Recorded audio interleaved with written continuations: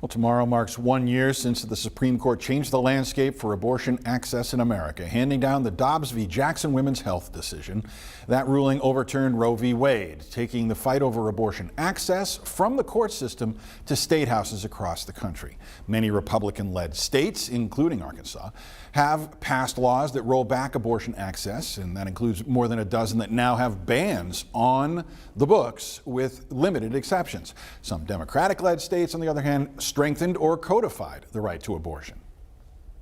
As the president has made clear, the only way to ensure women in every state have access to abortion is for Congress to pass a law restoring the protections of Roe. So for us, we're celebrating a Dobbs decision. We're celebrating the option to be able to be turned back to the American people where it was before, to be able to make the decision about the value of every single child. Now, tomorrow, on the actual anniversary, rallies and demonstrations from both sides are expected in Washington. Abortion rights supporters will march to the Supreme Court, while anti-abortion activists plan to gather at the Lincoln Memorial. As for the latest political skirmishes over the issue, Willie James Inman has this report on the current state of play from the White House. President Biden is rallying with abortion rights groups, marking 1 year since the Supreme Court overturned Roe v. Wade. President Biden and Vice President Harris stand with the majority of Americans who believe the right to choose is fundamental. The president is using the occasion to issue a new executive order. The order strengthens access to birth control pills through the Affordable Care Act, Medicare, and Medicaid services.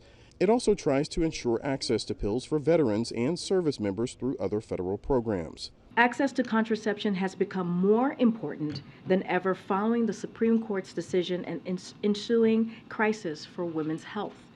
Democrats see abortion rights as a critical issue to rally voters for the 2024 presidential election, and it remains a key issue for anti-abortion rights groups as well.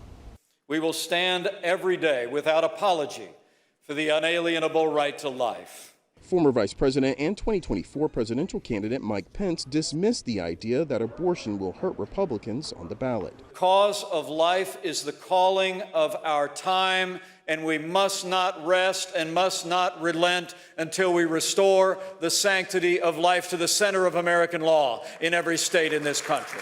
In a new CBS News poll, 57% of Americans surveyed said the overturn of Roe v. Wade has been mostly bad for the country. Willie James Inman, CBS News, the White House.